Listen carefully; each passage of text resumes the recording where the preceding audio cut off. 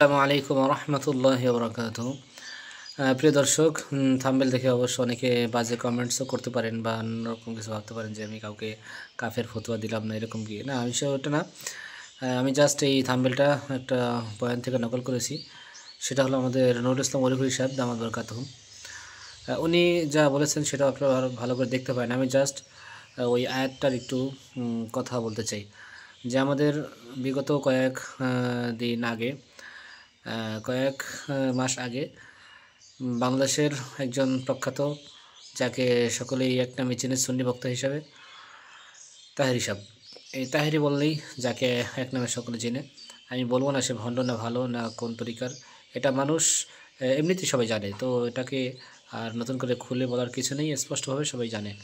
তো আমি শুধু এতটুকুই বলি, উনি যে কথাটা বলেছিলেন যে আল্লাহর ধন রসুলকে দিয়ে আল্লাহ গেছেন গায়েব হয়ে, এবং রসুলের ধন খাজায় পেয়ে শুয়ে আছে আজমিরে, বাবার এত দরবারে কেউ ফেরে না খালি হাতে।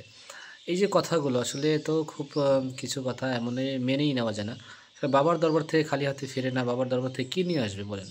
বাবার কি কোনো ক্ষমতা আছে? ওখানে আজমির শরীফের ভিতরে যিনি শুয়ে আছেন আমাদের প্রখ্যাত বুজুর্গ খাজা মুঈনুদ্দিন চিশতি রহমতুল্লাহ আলাই। এই মুঈনুদ্দিন চিশতি রহমতুল্লাহ আলাইহের অনেক অবদান ইসলামের ব্যাপারে, কিন্তু সে তো এগুলো কিছু করতে পারে নাই। তার নামে আজকে যে ভণ্ডামি শুরু হচ্ছে বা করে মানুষ, সেগুলো একেবারেই শিরক পর্যায়ের। অতএব এগুলো থেকে পরিপূর্ণ বেঁচে থাকতে হবে। এখন তিনি যে কথাটা বললেন আল্লাহর ধন রসুলকে দিয়ে আল্লাহ গেছেন গায়েব হয়ে, আসলে আল্লাহ পাকের যে গোপন খাজানা, এটা সূরা মুনাফিকুনের 7 নম্বর আয়াতে কারিমার ভিতরে আপনারা দেখবেন আল্লাহ পাক রব্বুল আলামিন বলেছেন, ওয়ালিল্লাহি খাযাইনুস সামাওয়াতি ওয়াল আরদ ওয়ালাকিন্নাল মুনাফিকিনা লা ইয়াফকাহুন। আল্লাহ বলেছেন যে আসমান জমিনের ভিতরে যা খাজিনা আছে, ধনভাণ্ডার আছে, সব আল্লাহ পাকের জন্য। ওয়ালিল্লাহি, আল্লাহর জন্য। এটা আল্লাহ পাকের জন্য একমাত্র, এটা কখনো শেষ হওয়ার মতো নয়, আর শেষ হবে না কখনো। আল্লাহ পাক একটা জিনিস সহজে বোঝেন, আল্লাহ পাক তো কারো মুহতাজ নয়, কখনোই না, ছিলেন না, হবেনও নয়। আল্লাহ পাক বান্দার কোনো ধনের মুহতাজ না, কোনো টাকা পয়সা অর্থ করে এগুলোর মুহতাজ না। আল্লাহ পাক ধন সম্পদ এগুলো কি, এগুলো তো আল্লাহ পাক দান করে মানুষকে সব। তো এটা কী বললো তিনি, আমি তো এটা বুঝে আসে না যে আসলে ওনার বক্তব্যগুলো। আমি বলবো যে আপনি বক্তব্যগুলো দেওয়ার সময় আরেকটু সচেতন হওয়া দরকার।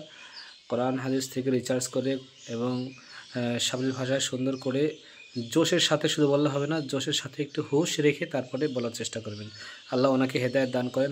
আমরা যারা জাতি ভাই আছি এবং যারা শ্রোতা আছে, আল্লাহ তাদেরকেও হেদায়েত দান করেন। তারা যেন সহি বক্তব্যগুলোই সহি আলেমদের থেকে আল্লাহ তাদেরকে শোনায় এবং তারা শুনতে পারে। আল্লাহ পাক তাদেরকেও তৌফিক দান করেন। আসসালামু আলাইকুম ওয়া রাহমাতুল্লাহি ওয়া বারাকাতুহু।